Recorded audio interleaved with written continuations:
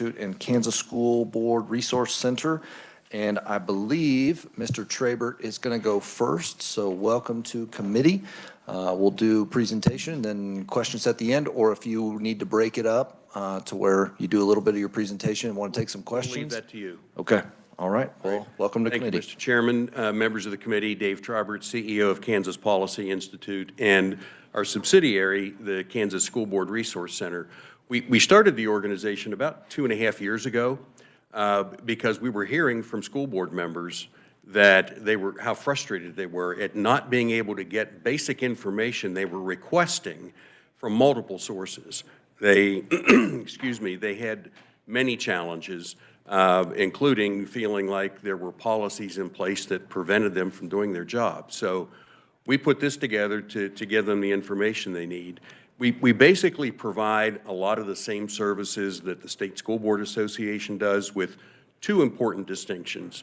One is everything we do is student-focused, and two, we don't charge for our services because we don't want money coming out of the classroom to pay dues. So with that, I'm going to go through some basic information that we provide to school board members, and then Ward is going to come up and talk to you about how we use that information to train them to improve student achievement, because that's what this all should be about, is improving student outcomes.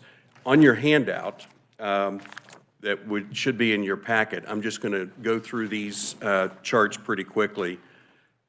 Section 1 is about achievement being persistently flat and lower than many people understand. And there's a chart there comparing the change in the graduation rate and the change in college readiness on the ACT between 2015 and 2024. The title of the chart is "What's Wrong with This Picture?" Obviously, we have graduation rates going up and college readiness plummeting from 32% to just 18%. At the bottom of the page, we break out the 10th grade state assessment results for a number of school districts. I'm sorry, this is broken out by county. And we show this because this tells us why we shouldn't be surprised with low student or low college readiness on ACT, because we're seeing, in many cases, far less than half of high school students, 10th graders, being proficient in reading and math, and in many cases, there are more students below grade level than there are proficient. Even in Johnson County, there's only about a third of students, high school students, proficient in reading and math, and about a third who are below grade level. On the next page is some details about the ACT college readiness.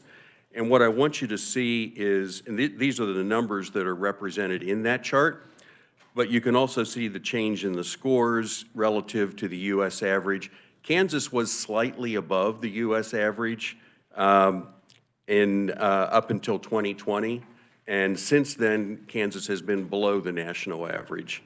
And it's the participation rate there is in the center, and that's important because participation can have a difference. In some states, maybe only 10% of the kids take the ACT. The East Coast states tend to be more SAT oriented. And so the kids, the ones who are taking it, are probably the ones who are really focused on going to a university that might be hard to get into. So those scores are going to be higher, and you can't compare states with low participation. But we wanted to show you that the participation rate in Kansas has been pretty steady. At the bottom of the page, there's two charts tracking NAEP reading proficiency and the NAEP percentage of kids reading below basic. And here again, you're seeing in 2003, that was the first time that all the states participated in the NAEP reading and math tests. And so in 2003, roughly a third of 4th grade and 8th grade students in Kansas were proficient.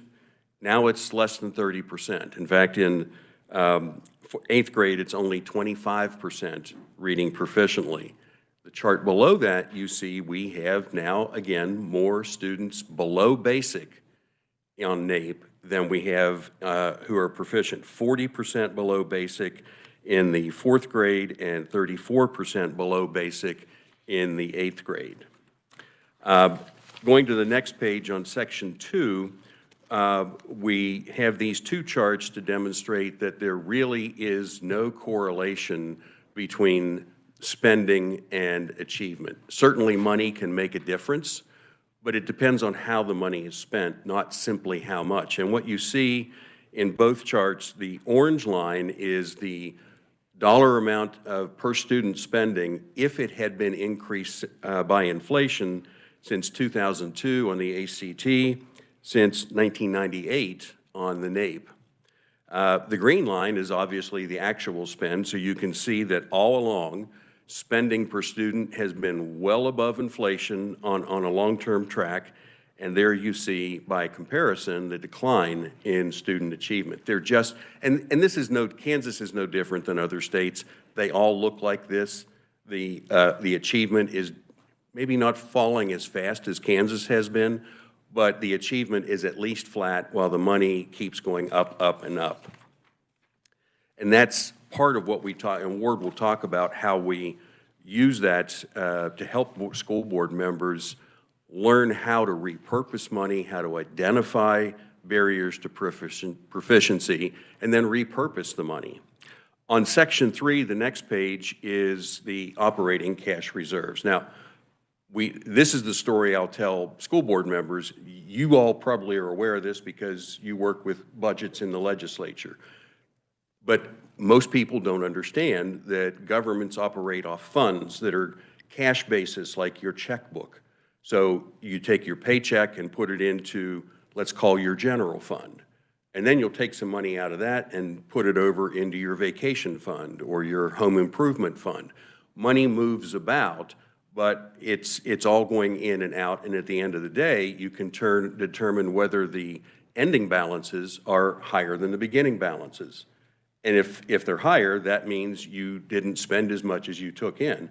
And that's what you're seeing here in section 3 with the operating cash reserves for Kansas school districts.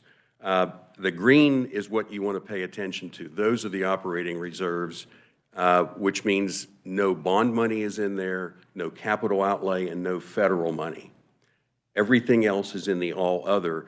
And it's gone from $468 million in 2005 to $1.3 billion in 2024. And what that means is that about $800 million of state and local taxes that were given to schools were not spent. Not saying it's wrong, and certainly everybody needs reserves. The question is, are you putting the money to the best use? So the good news is there's a lot of money there. If a school district needs to quickly do something, the money is there. And we go through a lot of the training on how to move money. The next table on here is what we call the carryover ratio. That's just like for the state, you have to have 7.5% minimum ending balance. Well, right now the average balance for school districts is pushing 20% on just on their operating money.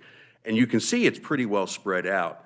But one thing that's been consistent is that dozens of districts every year have less than 12% in reserve. That tells me two things. One, it can be done. And two, it's a matter of cash management that others have different amounts of money. And ironically, it is almost always the smaller school districts that do a better job of cash management and they operate with lower carryover reserves.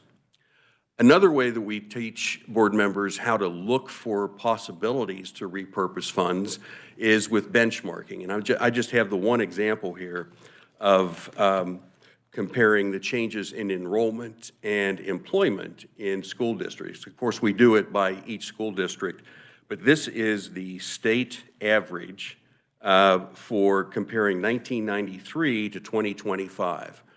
And what we see in Kansas is a 7% increase in enrollment, that's full-time equivalents, a 13% increase in classroom teachers, that's as defined by the Department of Education. So That means that the teacher employment overall is keeping up with the enrollment change.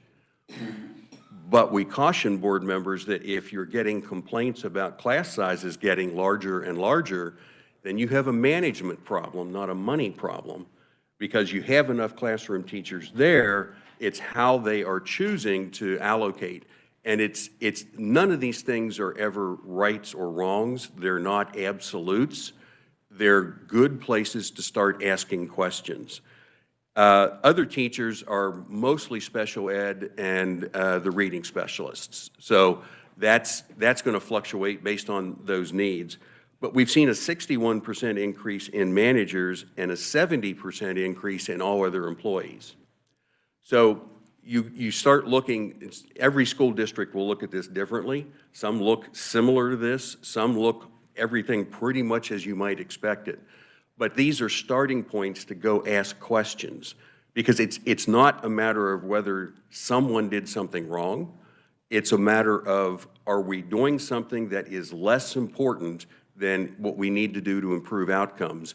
And so are these places where we can repurpose resources? On the last page, we talk about why student outcomes can't change until adult behaviors change. That's a quote from A.J. Crable, and boy, is it right.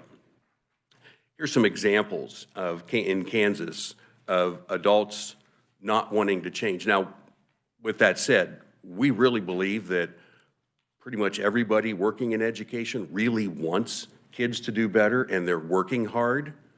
Unfortunately, we are where we are, and we're not going to get where we want to go by doing the same things over and over again. We're going to have to change. For some reason, there's resistance to change, like, as you're well aware, with the at-risk funding. $550 million of at-risk funding goes to schools to provide, statutorily, to provide above and beyond services for kids who are considered academically at risk. 2 state audits have determined that they are not spending that money as required in state law, and nothing has changed. The state school board requires school districts to comply with state and federal laws in order to be accredited. So you would think that the state school board would say, you got to comply with this law. Well, just last month we learned how they excuse not having done it in the past. They said, well, it says they must comply with all applicable laws. And we don't believe that the at-risk law is applicable to what they call the most connected laws to improving outcomes. I know that's a conundrum. How do you justify that? That's a lot of the things that we face, that they just won't do it. We have many superintendents who will not allow board members to participate in building needs assessments. Another state law that says each year the local school board shall conduct needs assessments in each education center. They don't want to do it. And so we have a lot of different things that we're trying to get through and help school board members understand what their obligation is, what they're allowed to do. A lot of times they're allowed to do more things than they've been told, and how to get information. And now I'm going to ask Ward to come up. If you want to take questions on these now, Mr. Chairman, happy to do that, or we can have Ward come up and talk about how we use this information in training.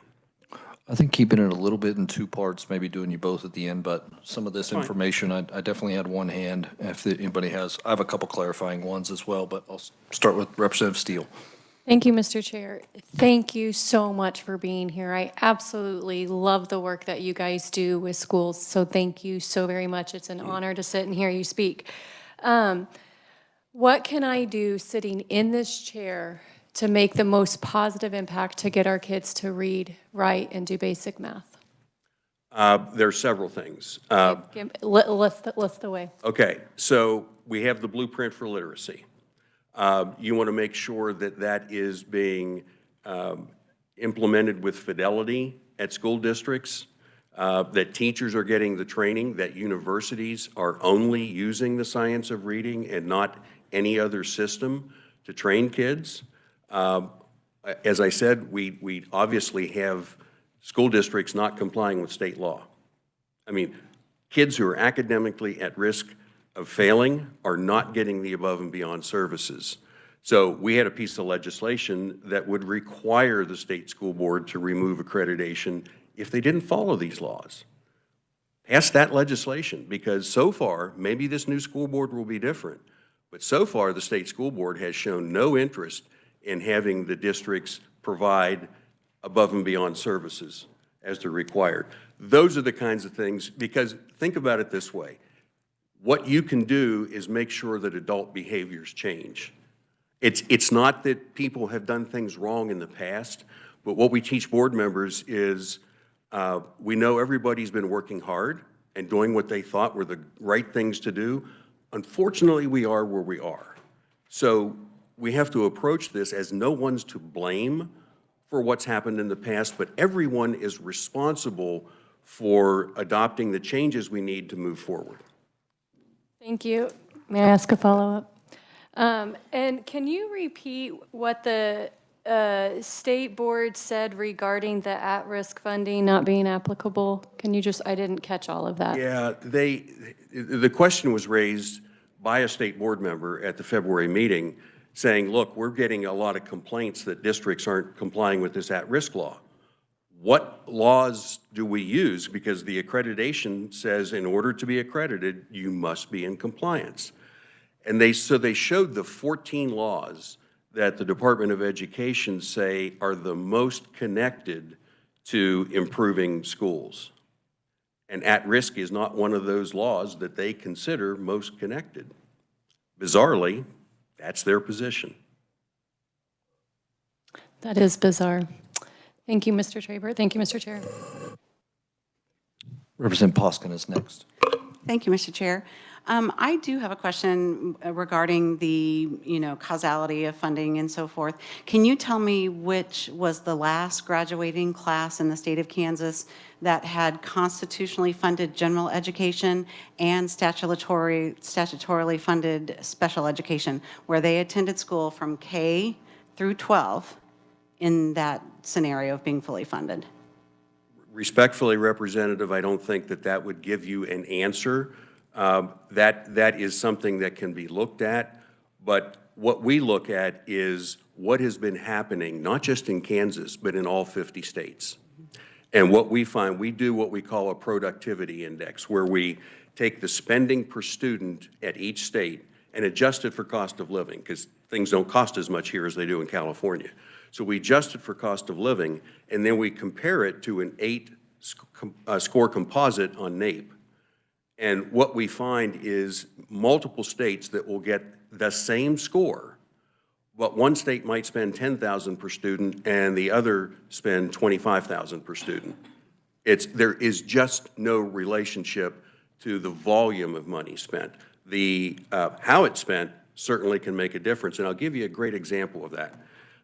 You each should have gotten a copy of the book we just published about 8 Things to Know About Running for School Board. In, I think it's lesson 8, we did a 30-year look back for each state to compare inflation-adjusted spending per student with inflation-adjusted teacher pay. And in Kansas, and again, pretty common to the rest of the country, per student spending was up 51%. Teacher pay was down about 14.5%. The money was there in every state, and it's just a matter of how the local school boards decided to spend the money.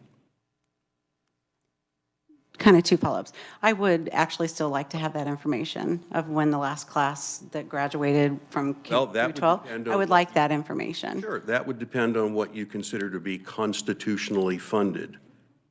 We have a Supreme Court decision on that. And my follow-up...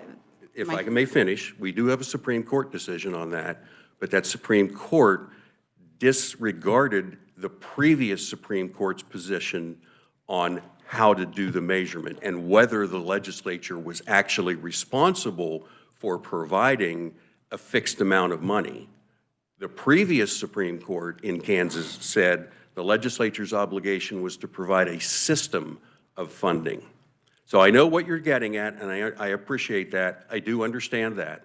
But I think we all need to also understand that there are a lot of legal scholars who say the state Supreme Court really goofed on that one.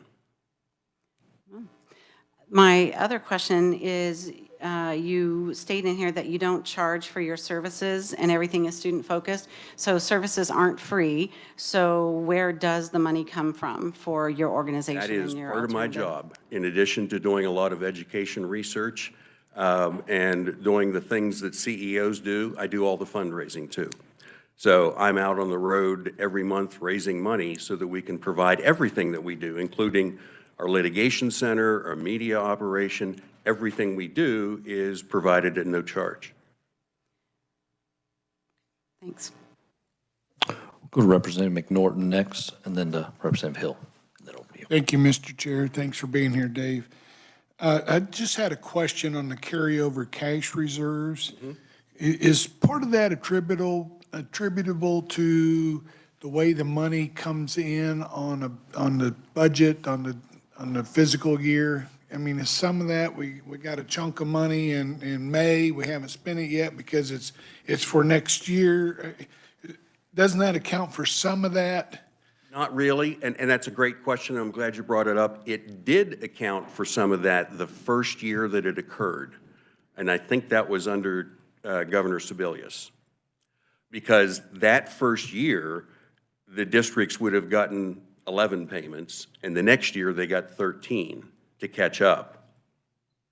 Or rather, they got 12. They got 12 because everything was slid a month. But every year since then, they've gotten 12 payments. So the fact that if you take out if you want to take out what they record as cash but isn't, you also have to take out what cash was in there from the previous fiscal year, the carryover. So there's every year now since that first, it's 12 payments. Okay. Representative Hill. Thank you, Mr. Chair. Welcome to our committee, Mr. Travert, and I appreciate all the work you do. I had one question. I actually have two questions, but the first one's really simple. On your data on the first page there, you've got county-wide data. It says up above there that you use KSDE data. Does KSD supply county-wide data as well? Yes, but not all in one place. So what we do is get the enrollment for 10th grade for each district, and then we apply the 10th grade assessment against that, and so we can come up with an appropriately weighted average of all within the county. Okay. And have you run any statistical analysis on this to see what, significantly different county to county or level to level? There are certainly differences. There's always going to be differences, but you can't just compare the raw numbers, because here I'm showing you, for example, all 10th graders. Yeah. Okay, if you have more low-income kids in the 10th grade than another district, just by virtue of the low-income kids being 2 to 3 years behind their peers, you're going to have the scores distorted that way. So you'd really have to, and that's what we do with the NAEP score composite, by the way. We do pull that apart, so we're comparing apples to apples for each state. I really appreciated with the new NAEP number, they included a significance on the scores that they did, and I really appreciated that.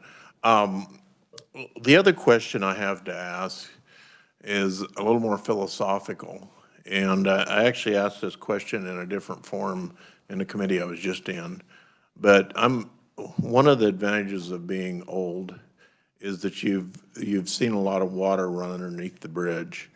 And, we've seen multiple national initiatives to improve schools and school performance, dating back to probably the 1980s, I suppose it was, about when that started.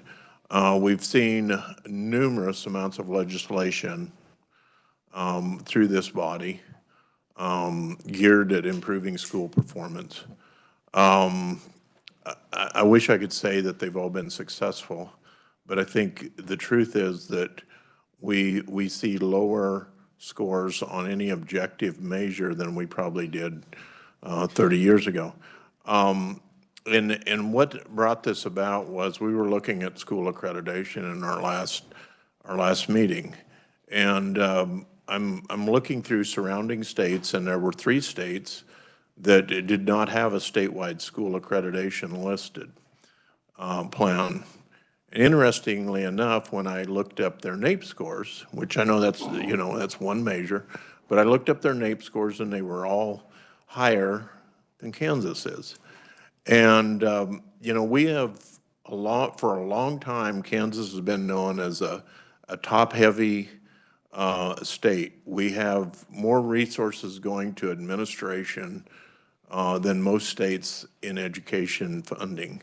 And we don't solve that here at the state level. We continue to put more requirements, more regulations, more reporting out to our districts. And, when I first ran for public office as a State Board of Education member, I ran on the platform that local districts are the best place to have control.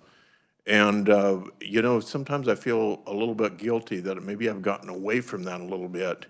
Can you assure me that the people sitting in this room, yourself, you're standing, but the people sitting in this room care more about the performance of their schools than local people in the community do? That's a great philosophical position, and I think, Representative, it's one of those that where there's not a right or wrong. It's a matter of perspective. I don't think, though, that it's a matter of caring, whether the legislature cares more than the local school board. Certainly, the local school board should be in a position to know more specifically what is supposed to be done, and if they were allowed to talk to teachers and do their building needs assessment, they'd probably be even better informed. But there is a very definite role for the legislature because first of all, our Constitution, the education section of our Constitution calls for improvement. It charges the legislature with putting a school system in place based on improvement there's specific terms, but basically academics. So you have the obligation.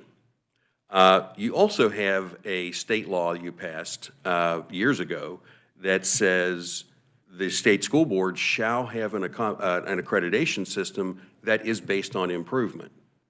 Well, this state school board, no state school board since I've been in Kansas has had an accreditation system where improvement was conditional upon getting accredited. There's not targets, nothing's measured. This current system looks at graduation rates. That's not a measure of academic improvement. That's just a percentage of how many kids got a diploma. And even so there is absolutely a role. The role I see for the legislature, and frankly it's for the local school board as well, is you're in charge of accountability. It's not for legislators or we tell school board members this. Your job, don't worry about whether they should be doing this or that in the classroom. You have experts, you have teachers there for that. Your job is accountability. You set the goals. We're going to go from this level to that level in this period of time. Then you charge the staff with coming to you with a plan to do that. And your job then is to vet the plan. And if you agree upon it, then your job is to monitor the implementation. Are they doing what they said? Are we getting the results that we want? And so it all comes down to a responsibility to be accountable and fulfill our constitutional obligation for improving academic outcomes in the state. We're going to go to Representative McDonald. Thank you, Mr. Chair. Mr. Traber, thanks for driving in from Ohio today. I'm not surprised, but I am disappointed that you didn't answer Representative Poskin's questions about when the last year was that we had a graduating class that had been fully funded K through 12. I'm not surprised, but I'm disappointed that you didn't answer a question about where you're funded from, like who are your donors, dark money, that sort of thing. And in general, I usually take issue with the way that you characterize much of the data in your testimony and your charts. But for now, I'd just like to hone in on Section 4 as an example. When you have the word managers, that's not really a category in HR in K-12. So how do you define managers? That's kind of mysterious to me. We do this, we publish this on our Kansas Open Gov website, and it includes superintendents, assistant superintendents, deputy superintendents, principals, vice principals, anybody with director in their title. And this all comes from the employment reports that each district submits to the state and the curriculum specialists. That's what we lump together as managers here. And if I may address, I'll just address one of the other comments you made Can I about dark money. get clarification? Just, you said curriculum people too? Specialists. Curriculum specialists, okay. That's a separate category. It's not managers, or it is? It is in, Thank you. okay? Actually, the representative didn't ask the names of our donors, but since you brought it up, I will mention that every American has a constitutional right to private free speech. That's according to the U.S. Supreme Court. That goes back into the 1950s when the state of Alabama was trying to force the NAACP to disclose donors so they could intimidate those donors and try to keep the NAACP out of Alabama. So every American has a constitutional right to private free speech. If they want to self-identify, that's up to them. Unfortunately, in this environment, we have seen people be intimidated or attempt to be intimidated to quiet them down. Personally, I've had to file 2 police reports over threats of violence because I stand up and I say, this is what the state data says. This is all state data, with the exception of NAEP and ACT. But that's unfortunate. Some people, and that's, the real shame is that this is what gets in the way. It's one of the things that gets in the way of kids getting educated, because a lot of us don't like to look at the truth. So to be clear, you are funded through dark money entities, is that correct? No, it No, is not true. I don't necessarily, I want to remind the committee that the journey that we've been on this year and the strides that I personally have tried to take towards entities that were treated about like this in years past. And I would just ask that we try to change that, ask questions, but do it in a way that is not quite like what we're seeing right here. And I don't think I'm the only one that's viewing it, but I will speak up. And I like you. We get along. This is not me mad or anything like that, but there's a way that we can move forward in a better way, and I don't think this is it, and I think I've demonstrated that this year enough to be able to say, let's not do that. My apologies. Thank you. Thank you. Next question, Representative, so I'm going to wait for second questions. We'll see if we get to them. Representative Estes, and then over to Representative Brantley.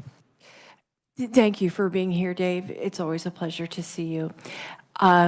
When you hit on one of my passion points, which is accreditation, and State Board of Education is working on accreditation, and it's certainly an area that I think the legislature has the right to have a voice in. One of the questions that I'm trying to figure out for myself is, what's a reasonable measurement of improvement, and what would you use to measure progress with? So, great questions, Representative. What you determine is appropriate is going to vary by school. I don't think you could even set it per district. You could build it up school by school and come up with, if we all hit our goals, this is what it will mean for the district average overall. But each building is different. And so you really need to understand what the reasonable goals are. And one of the things we teach school board members is it's good to be aspirational, but don't set yourself up for failure. Don't say we're going to improve 10 proficiency points in 1 year. That's really probably not going to happen. What is realistic, and it's going to vary based on the schools. Now, how you measure it, we would use certainly the state assessment. If there was other tests, they take the MAP tests. So there's 3 places you can look during the year to see if the kids are making the progress that you would expect them to make. It's not about getting everybody to the same point. It's ensuring broadly that every student gets at least 1 year of learning in 1 year of school. If you're behind, then certainly we want to see them getting more than 1 year of learning. Thank you. A quick follow-up. What do you think is an acceptable percentage of students in a school building to have at a level 1? Well, again, that's going to vary by district. But I will say that this legislature's goal is to, by 2033, to have only 10% in level 1, and I think that's realistic. Thank you. Thank you, Representative Brantley. Thank you, Mr. Chair, and thank you for being here today. You have me really thinking here. Do you have any financial information on like how much in Kansas on average we spend per student and how that compares to other states? Yes, we have, in fact, in the book, there is a cost of living adjusted table showing what every state spends per student. That, I think, was from 2022. It was the most recent data available at the time we were writing. But it's in there. And it's wide range. I think there's a few that are around $10,000 per student, and we have several way over $20,000. Do you see any correlation there with the 20,000 versus the 10 and the academic levels for their students? Absolutely none, and I'm not the only one. The researchers all over the country have concluded that money matters. Certainly how you spend money can make a difference, but just giving more money and hoping it gets used the appropriate way, we've proven time and again, not just in Kansas, but all across the country, we've seen spending skyrocket way above inflation, but we've seen static achievement nationwide. Thank you. Thank you, Representative Schmoy. And then we're going to try and do the 45-45. So we'll do Representative Poskin's questions will be last, and then we'll get to Mr. Ward. Go ahead. Thank you, Mr. Chair. It's good to see you, Dave. Everybody in this room, we're dealing with this stuff every day while we're up here, and I know a lot of us deal with it when we're not. We all understand that rates and readiness are not the same thing. So graduation rates and graduation readiness are not the equivalent. We also all know that we are putting more money towards education in Kansas than we have in the history of Kansas. Also, the cost of running the schools is up. So with all that being said, are you seeing anywhere, whether it's district to district here in Kansas or whether it's another state, who's getting it right? And what does that look like? What can we possibly aim for? What could be a goal? So that's a great question, and I'll give you an example, and I don't know if Ward maybe was going to tell you this story, but it really goes to your question. There are a few examples, but it's not the amount of money. It's the concept of how are we going to spend money. We've had several school districts invite us to come in and help them work through the strategic planning process. And one of them was Waubonsee. And so we sit down with the board at a public school board meeting and explain what we do and how we're going to go about it. And I said, so you're pretty, as we understand, you're proud of your outcomes. You're 10 points above the state average. You're 43% proficient and the state is 33.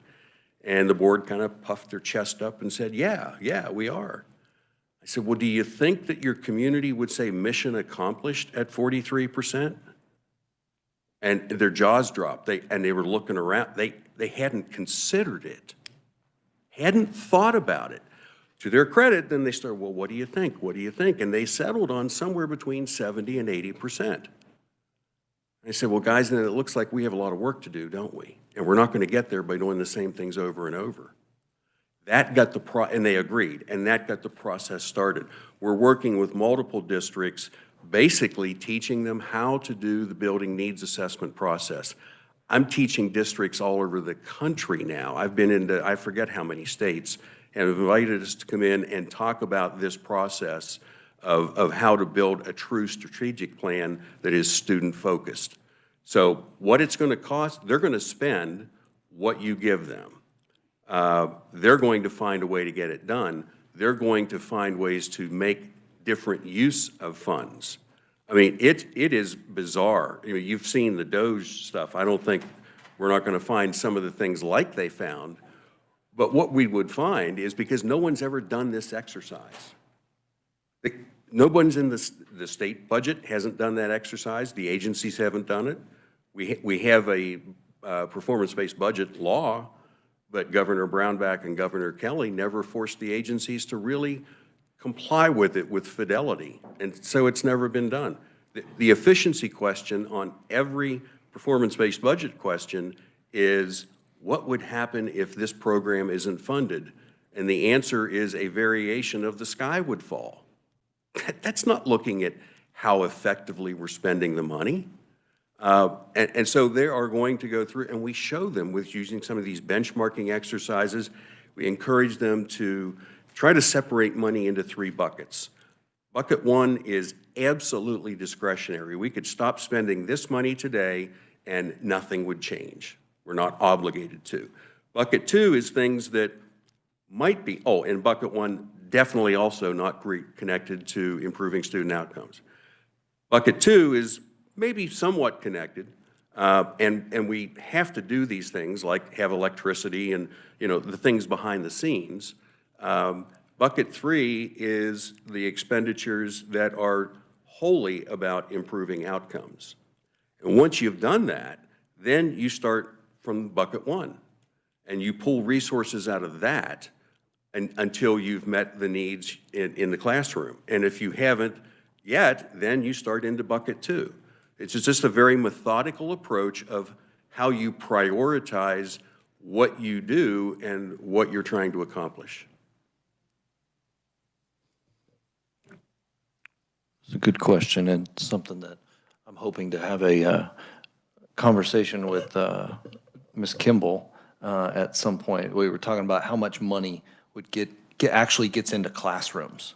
That we were going to have that conversation on a sidebar, and we haven't got to it. But I mean, that's basically what you're talking about with those buckets of what gets to the needs, the actual education needs, because there's other things that have to be taken care of, but we gotta manage that and make sure those dollars Have to are be taken getting care of, but you can still probably find ways to do those things more efficiently.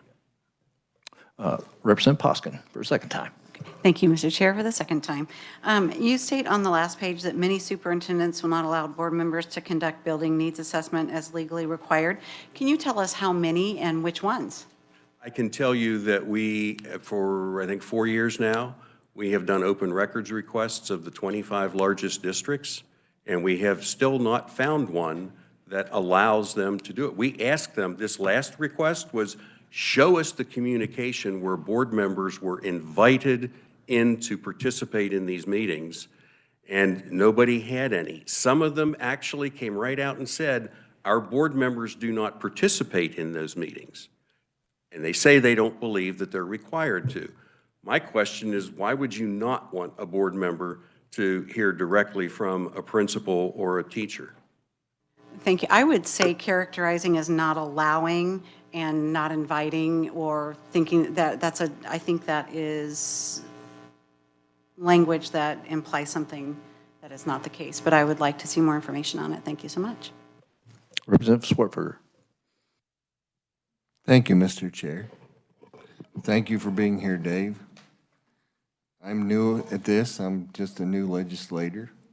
Thank you for the information. I see that you've provided us with the 2022 ACT College Ready chart that shows English, reading, and math science.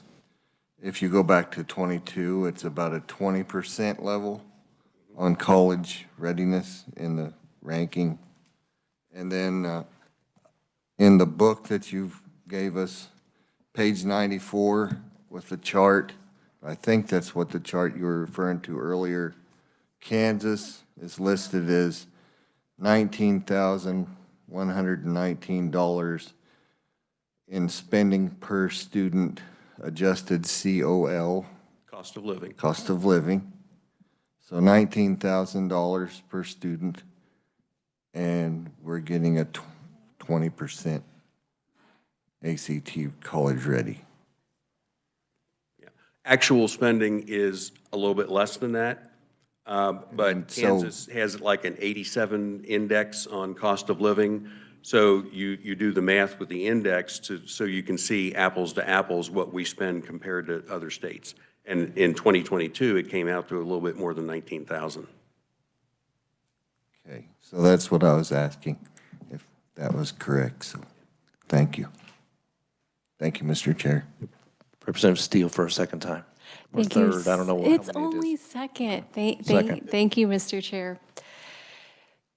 Do you have any information on special education funding and how that relates to issues occurring in our school districts? Well, that's a broad question. Yes, we have a lot of data on special education spending and how the funding has changed over the years. That is a really complex area. And it would be, what we're doing now may not be what a lot of parents would like to see done. I say that based on what two former legislators found when they went out and did listening tours.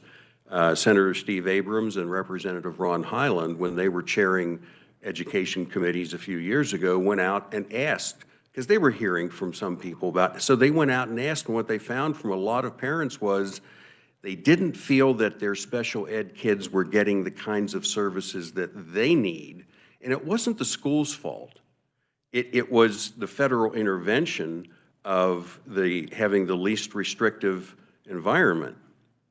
And they're trying to comply with the federal strings, and in the parents' mind, not all, but in a large volume, enough that they brought it up, is that something that really needs to be looked at. And that would change the dynamics of the answer to that question tremendously. Well, if you have any data, I love data, so I would love to see that if you could share that. Thank you so I will much. send you all the spending data we have on. Perfect. Thank you so much.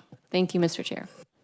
Thank you, everyone, for your questions and your respectfulness. I just kind of want to say, I mean, I think we have, an opportunity this year to kind of re-engage with all voices, and this is a voice that there's wisdom and knowledge there, and there's experience here, and I think it'd be okay to still trust but verify and ask the questions. I went to Frank, Dr. Harwood, and said if there's stuff next week that you feel like we need some different information, and there's permission for that. And so this is, everybody gets kind of a seat at the table, kind of some of our best minds and people who have been on this, that we need help solving this. And so I appreciate your work, and I have a couple. I'd follow up with those 14 laws most connected. If an email later, you don't have to explain it right now. And then just as a parting thought, and you've talked around funding, you've talked around, that we have a responsibility to guide the dollars, but the districts really need to decide. I mean, that's a tough thing to balance. And I think around our funding formula opportunity, do you think in 2027, any recommendations from Kansas Policy Institute or yourself, things that we should look at as we're looking at redoing or tweaking or keeping exactly the same the funding formula in 2027? That's, what time do you want to get out of here? I know. Give me the 3-minute version, and then Okay. we'll give some time to your partner. I don't think anyone can really know how to answer that question until you've explored the effectiveness of what we have in place now. And that's weighting by weighting and process by process. What are we trying to accomplish with this? Is it doing what we want? Is it enough? Is it too much? You know, when you look at, Representative Steele mentioned special education, and there's a contention that there's not enough funding, but they're not spending, statewide anyway, districts aren't spending all the SPED money they get because they have about $250 million in the bank. And that's grown in the last few years. So there's some of that is probably just bad cash management from some of the data we've looked at and the comparison to other districts.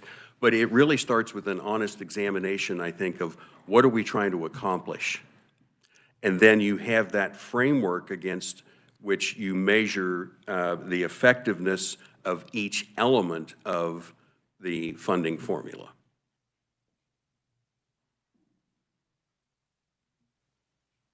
I think I'm going to move on to Mr. Cassidy, and then if we have time, while he's at the end. But I appreciate that feedback and just look forward to some continued, if you'd like to introduce your, there we go. And I have a friend that mentioned Ward Cassidy to me out of Mineola, Kansas, and I hadn't met him, and so I reached out, and he agreed to come this week. We tried to set it for Wednesday, and Thursday worked better. So, sir, thank you for making time, and welcome to committee. Thank you, Mr. Chair, committee. It's been a long time since I've been in this room. 2010 to 2014, I was on this committee, chair of the last 2 years with that young lady sitting right next to me telling me I was doing it all wrong usually, but sometimes I was, I don't know. But it's, serving in the legislature is one of the biggest honors I've ever had. I really enjoyed it, and I certainly empathize with all the things that you're doing. When I left in 2000, well, first of all, I was a high school principal for 20 years, did everything in the state of Kansas, Activities Association, whatever the heck it was, I was involved in it in some way. And when you live in St. Francis, Kansas, which is 376 miles to here today, you know, those of us that travel, you're just 4 hours, I'm 6. It takes a commitment for all of you to do this, so thank you, appreciate it. Everyone here I know cares about kids, and I care about kids more than, my 6 grandkids are my life, actually. And if you want me to tell you about them, we could avoid all this stuff, but I won't. When I left, I was appointed on the Wildlife Commission, and what a fun job. But I got the best job I've ever had when I left here. The Dane G. Hansen Foundation, I don't know if any of you have ever heard of that. The Northwest 26 counties, they have a 4-member scholarship committee, and I was appointed to that. And what a rewarding, you know, as frustrating as this can be, we just interviewed 160 of the best kids in the 26 counties of Northwest Kansas. So you leave here frustrated, I leave those meetings thinking things are pretty good. We've got some great kids in the state of Kansas. They're going to be leaders, they're going to be effective. What scares me the most, something to share with you, how would you like to be in education today? Every night on the news, we're the 40th frickin' worst country in the world, you know. That doesn't do much for teachers. Let's do the best job we can when we hear how bad we're always doing. And it's frustrating. And when I got involved in the School Board Resource Center, I never thought I would do this. But I hear from as many teachers now, 2.5 years later, as I do school board members. So I set up in my office every morning at 8 o'clock, and I sit in there, and I work on letters, articles, trying to answer information for school board members. And when I first started, it would be maybe 3 questions a week. And I thought, what am I doing? You know, I live in Northwest Kansas, and I'm on a computer. Nobody even knows we're here.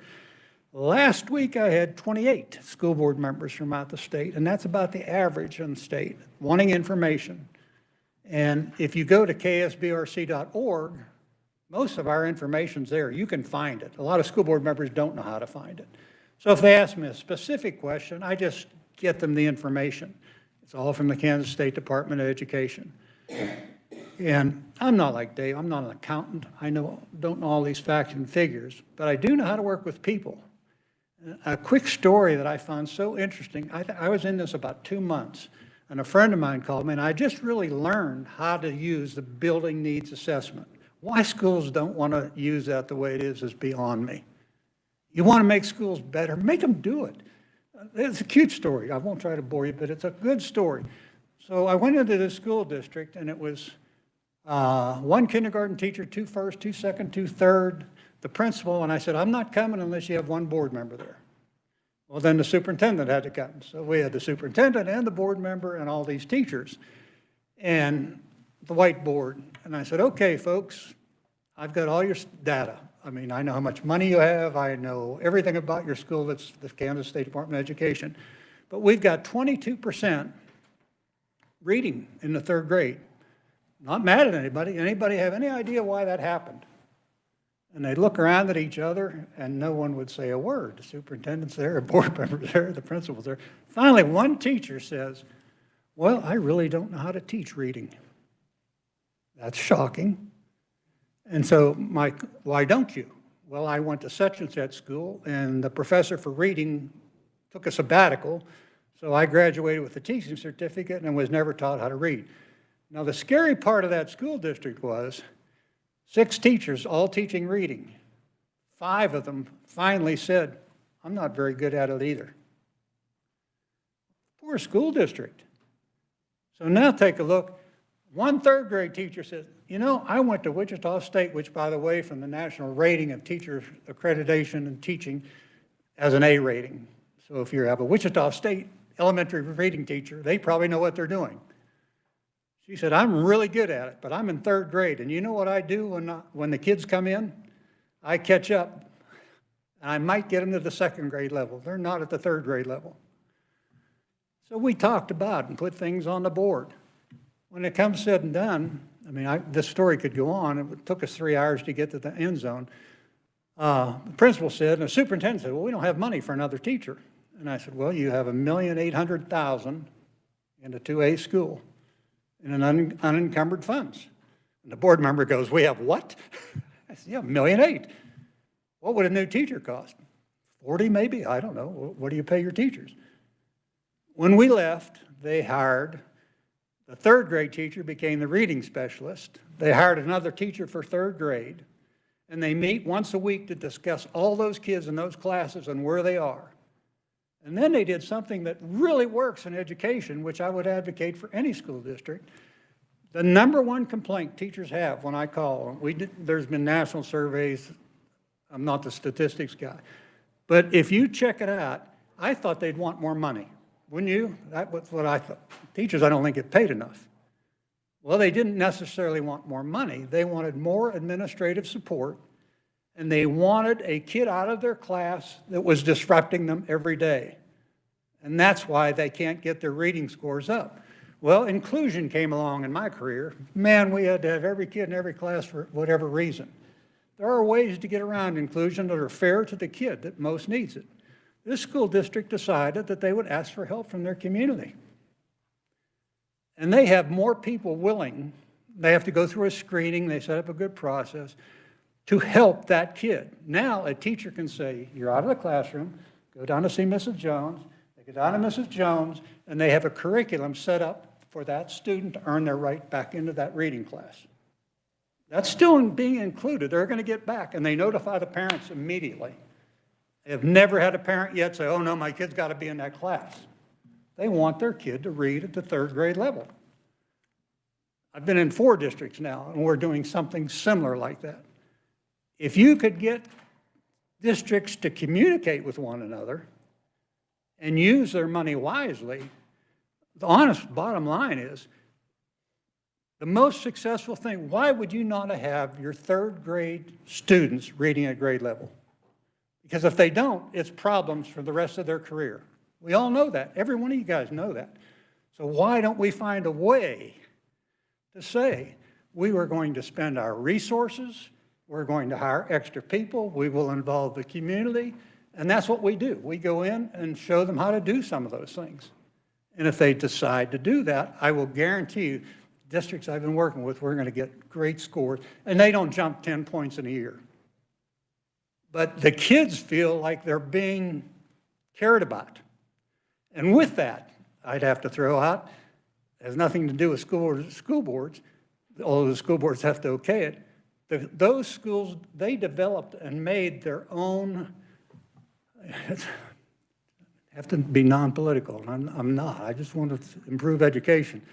You have to find a way to replace values in some type of character development program.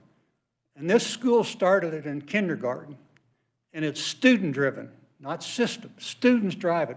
By first grade, this little first grader, it's on our website, they come out, and this little first grader says, all right, class, what did we do good today? And the class responds. They've been trained already in first grade by third 9 weeks. They're talking to each other. Was anybody bullied today? And they talk about it. Character development, reading. If you do character development through 9th grade, you don't have any more problems in high school. They know how to behave. I gave the most famous speech ever in the House of Representatives, right? Learn how to shake hands. How many of you taught your sons and daughters how to shake hands? Say please, say thank you. I'm the common sense guy out of the School Board Resource Center. Let me come in, I promise you, if I could go into every school district and have that group of people work with me and take that into mind, we would improve education. Republican, Democrat, I don't care what you are, no one disagrees with that type of behavior. Why don't we teach kids to read? Now let's throw this out. I'm going to give you something that I would suggest maybe I'd want to have in a hearing. We just passed the science of reading, right? Have to do it. Have you checked to see whether it's working? The last few teachers I've talked to have complained about there's no curriculum to go with it when they come, the instructor stinks, and they're not learning anything. Now that's probably not true in every case.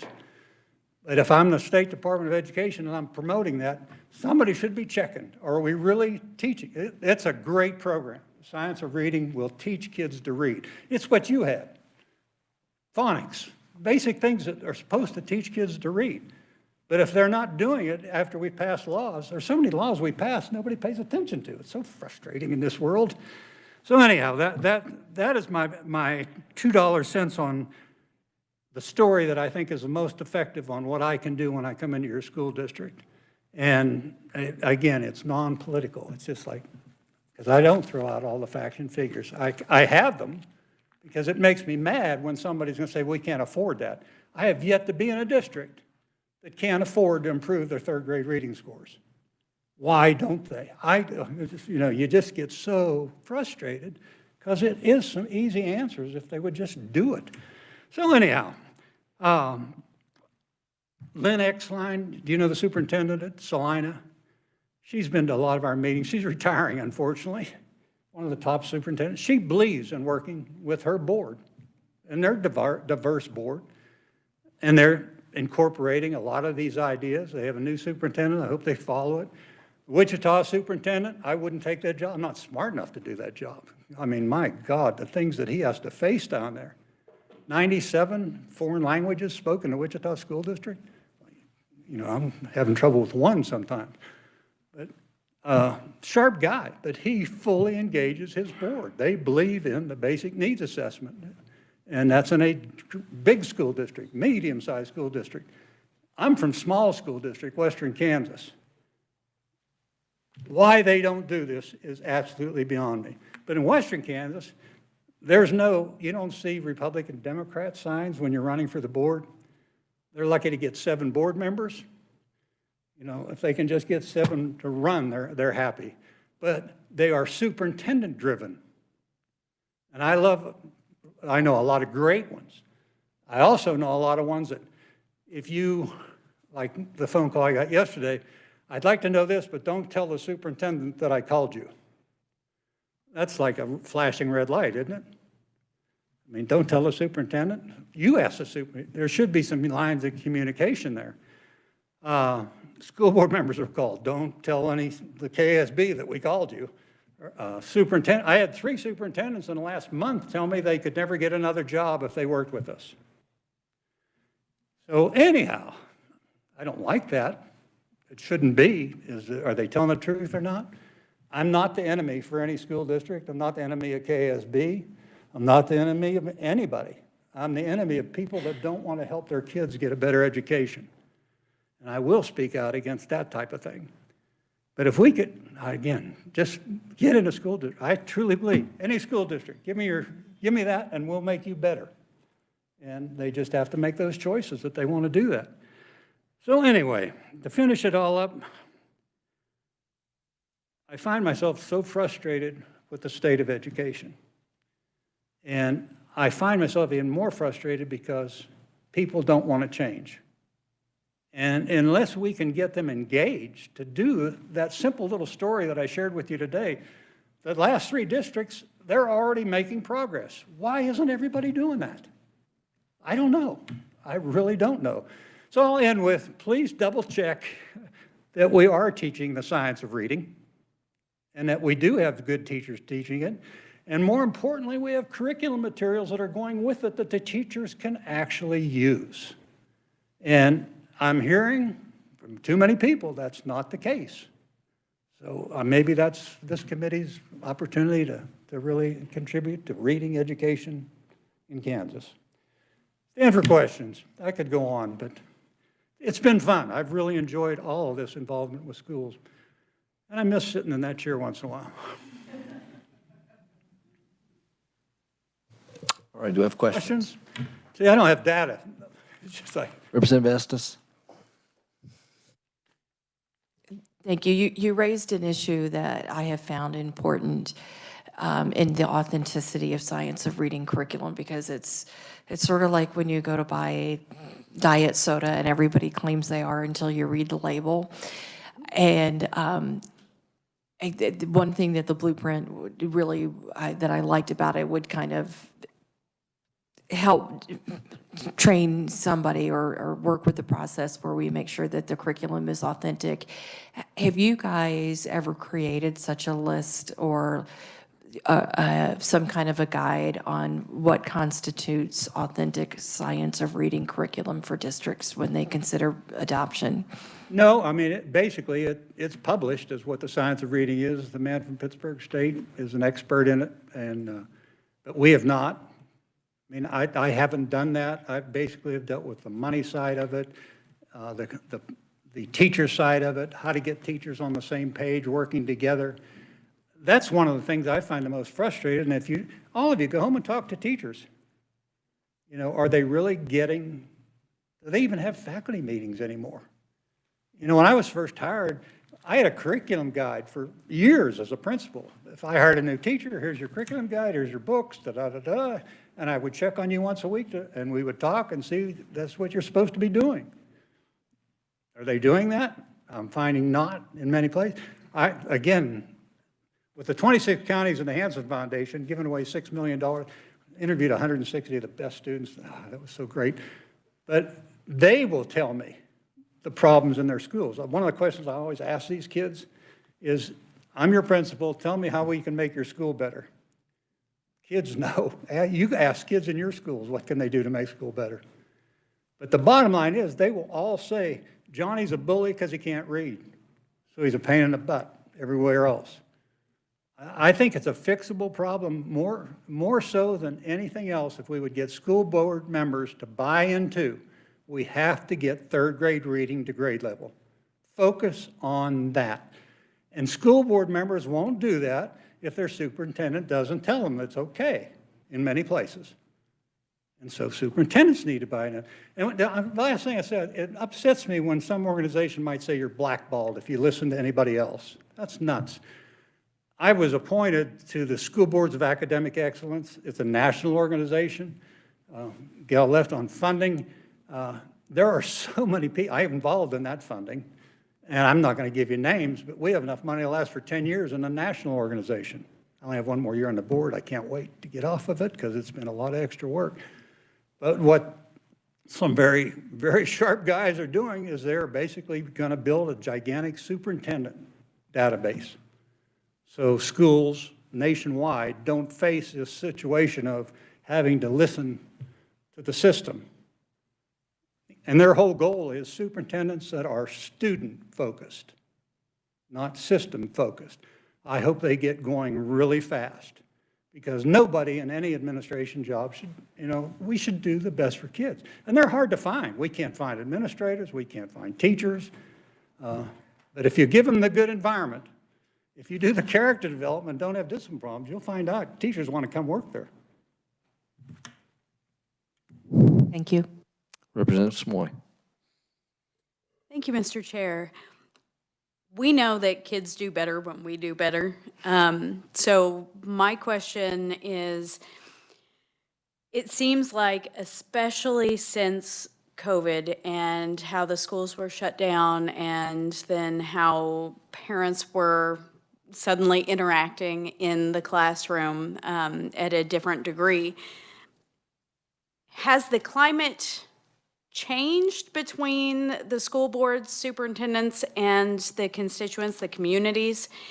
Has it become more contentious since then, or is this pretty much how it's been for a very long time, where the climate between school board, superintendent, and communities has always kind of been at each other? I honestly, in 1969, I was a teacher and went to school board meetings. Didn't know there was contentious. 1990, 10 years into being a principal, all of a sudden it started to be the different problems that we were facing with school board members getting on for an agenda.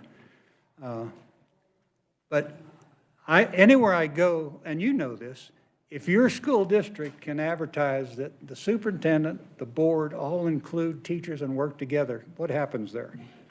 I mean, if you guys would wave your magic wand, you'd have the best teacher, best school district. That's what you want for where you live, where your kids are going. But how do you make the superintendent, the Board of Education, include teachers? But so often the Board of Education members are excluded. I mean, that would be the #1 question I get. And I went from hardly any to a lot now, from all over the state of Kansas, because I know people from all over the state of Kansas. And once they find out I'm sort of doing this, they'll just say, where could you, how can I do this, or what can I find out? I guess they trust me, because I'm not trying to tell them where the dollars are. I know where your dollars are. I can find it. You can find it. But board members don't even know in many instances. They're shocked. I mean, that teacher, that board member could have fallen off of his chair when he found out he had $1.8 million in unencumbered funds. What? And we can't hire us a reading specialist? No, but we can get a new wrestling mat. So I can get frustrated the more I talk about it, so I apologize for that. But there are solutions if we'd work at them. Representative Steele, and then to Representative Johnson. Thank you, Mr. Chair. Thank you so much for sharing everything you have shared and all that you're doing. When it comes to the behaviors, when I went to school years and years ago, we did not have a thing called social emotional learning. And I'm just curious about your thoughts on that. I have not seen one study where that has shown that that improves anything.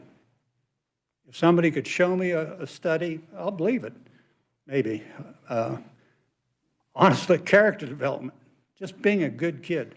We know how to teach that from class to class.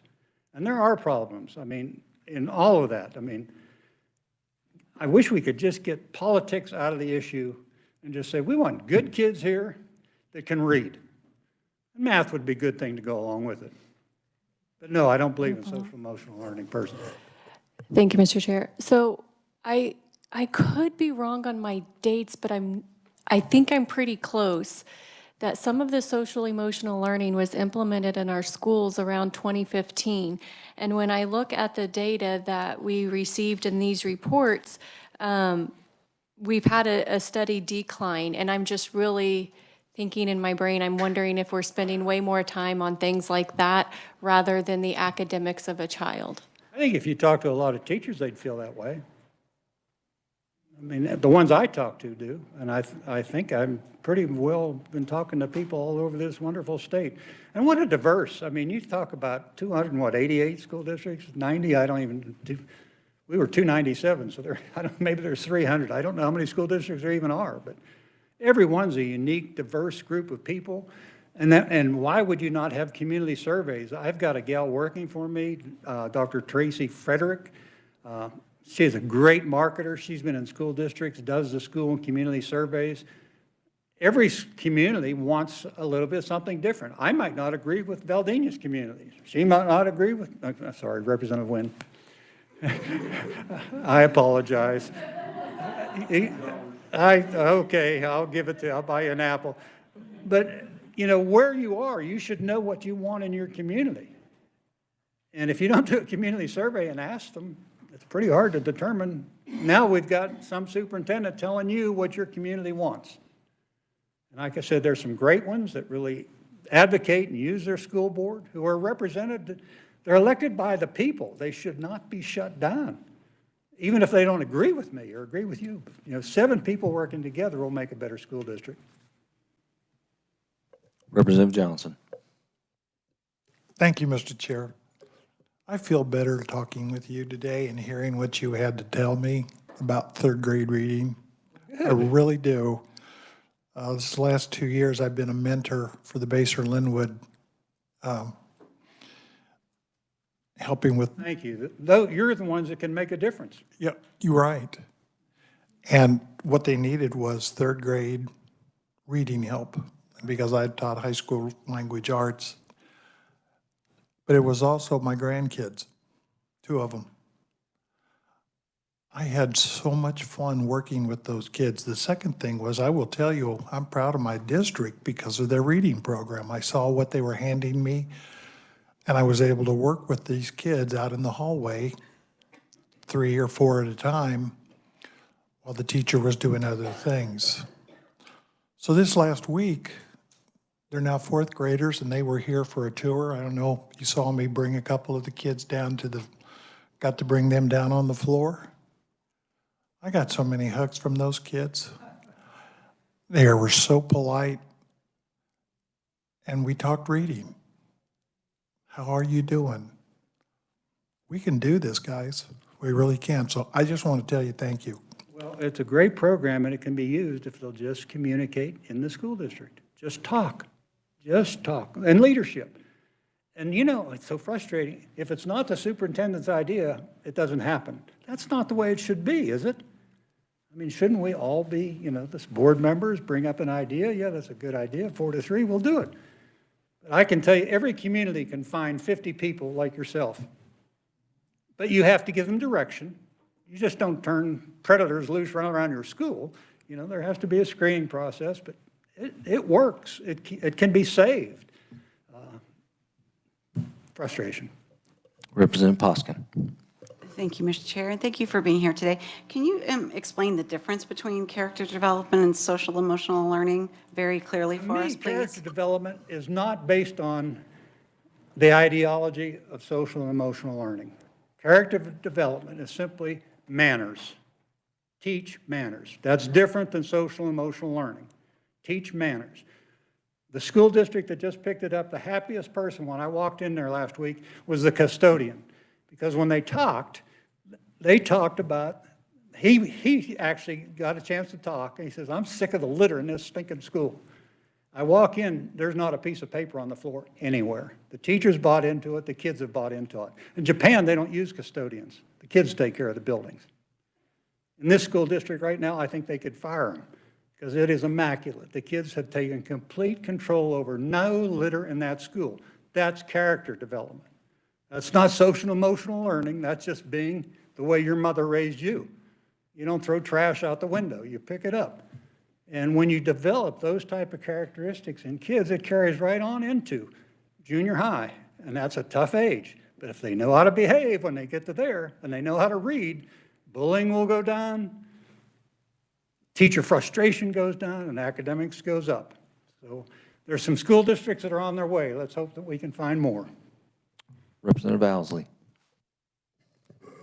Thank you, Mr. Chair. And I happen to have my computer today, so I did a quick Google search. I just Googled, is social emotional learning beneficial for students? And I would just read the committee a couple of the first ones that popped up. It says, what does the research say? Hundreds of independent study confirm SEL benefits students. The benefits of social and emotional learning are well researched with evidence demonstrating. Yale School of Medicine, building on decades of research that demonstrated positive results of SEL, this study confirmed that students who participated in SEL do better in school academically and otherwise. There's pages and pages, so I just wanted to bring that to the committee's attention. There is some out there. There's a couple. Thank you. If I could add to that, I wasn't asking a question. Thank you. but I will allow it. Go ahead. you have to look, because studies, no matter what the perspective is, studies can have bias to them. And we don't like to look at just one study. We like to look at actual results, Representative. And so because part of the justification for social emotional learning, diversity, equity, inclusion was that if we do these things, the kids will feel better and they'll learn more. And that study said they will learn more. Have they? No. We've seen achievement levels go down. Now, that's not to say there's a direct correlation, but when you talk about character development, when we were all in school, you learned responsibility, you learned to be courteous, you were not, there were consequences if you were not a good citizen, if you didn't turn your homework in on time. You learned so many things. That's a form, I guess, of social emotional learning. At the same time that the Kansas Department of Education implemented social emotional learning, they de-emphasized academic preparation. It's not just one thing. We had Common Core come in about that same time as well. But when you de-emphasize, like I said, accreditation system no longer measures improvement. It's not part of it. So the message goes out, this doesn't matter, and you're going to see a consequence from that. So we look at studies, but studies are trust but verify. We try to look at actual experiences and see, is this happening? And even if it's working, if we're still, the purpose should be improving outcomes. And if we're not improving outcomes, then we ought to be looking at the things we can move out of the way so that we can improve outcomes. Representative Owsley. Thank you. And Dave, as you were speaking, I'm looking through this, and there's pages and pages and pages of studies, and I've not seen one negative, and that's the only point I was trying to make. Thank you. And also, I don't think that what students are going through and dealing with today is comparative to my education, nor anybody else in this room. And the needs and the demands in the educational environment, I don't think is relevant to, when I was a kid. When I was a kid, one of my favorite persons in the building was the custodian. So I'm not, but I just wanted to let you know that the information was here. Thank you. Forget whether it's lesson 7 or 8 in the book. We looked at some of the research that Scott Haidt had done on the anxious. He wrote a book called The Anxious Mind.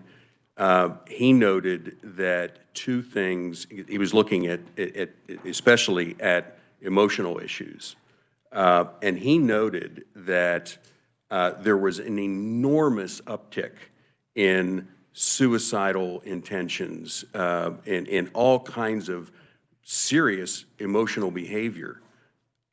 When you look at, we have to look in the mirror and say, are we doing anything that's contributing to this? He also said that the introduction of the smartphone, we had cell phones, but we didn't have smartphones until right about the same time we saw this, and it was devastating to the kids. I kind of have a closing thought and remark around character, SEL, morals. I guess my mind is thinking of it around, I think there needs to be a little bit of all of the above, but, If we took away fossil fuels right now and just went to renewables, it would be very unstable. And I think we did make kind of a big shift into SEL stuff and maybe just a balanced approach. Maybe some kids do respond better to some social emotional learning strategies and other kids respond better to, but if they don't have those options because one is getting the dominance. And anyway, that was just kind of where my mind was going in it. Because I think there's value in both, but I don't, if there's no both, then only one gets value and one gets all the studying. So just my 2 cents. But we are out of time. I thank everybody for their questions. I thank both of you for being here today.